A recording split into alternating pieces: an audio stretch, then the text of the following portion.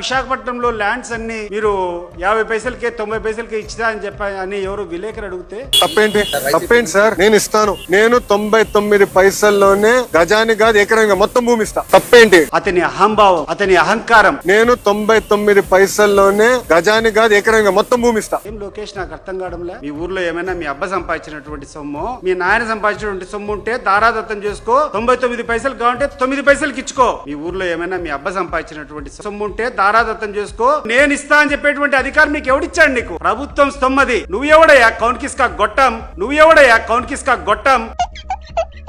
You are after all a minister. ఏమనుకుంటున్నావు? నీ గురించి నాకు అర్థం కావడంలా. ఏది నీ అహంకారం? నేను ఇస్తా. ఎవరి నాయన సొమ్ము నీకు ఇచ్చేదానికి? మీ నాయన సొమ్మ, మీ జేజి నాయన సంపాదించినటువంటి సొమ్మ. అది ప్రజల యొక్క ఆస్తి. నువ్వు ఏమైనా మాట్లాడితే ఇది మా యొక్క ప్రభుత్వ వినాదము, నేను ఈ ప్రభుత్వం పాలసీ మా ప్రభుత్వం ఇచ్చిందని చెప్పుకో. అంతేగాని నీకు ఎవడిచ్చినటువంటి అహంకారము, నేను ఇస్తా అని చెప్పేటువంటి అహంకారం ఏంది? ప్రజల యొక్క ఆస్తి ఏదైనా ఇవ్వాలంటే జవాబుదారీగా నువ్వు కూర్చొని దానికి ఏదైనా ఒక టెండరో లేకుంటే ఒక పారదర్శకంగా దాన్ని పిలిచి దానికి సరైనటువంటి ధర ప్రభుత్వానికి వచ్చే రకంగా నువ్వు తీసుకోవాలి.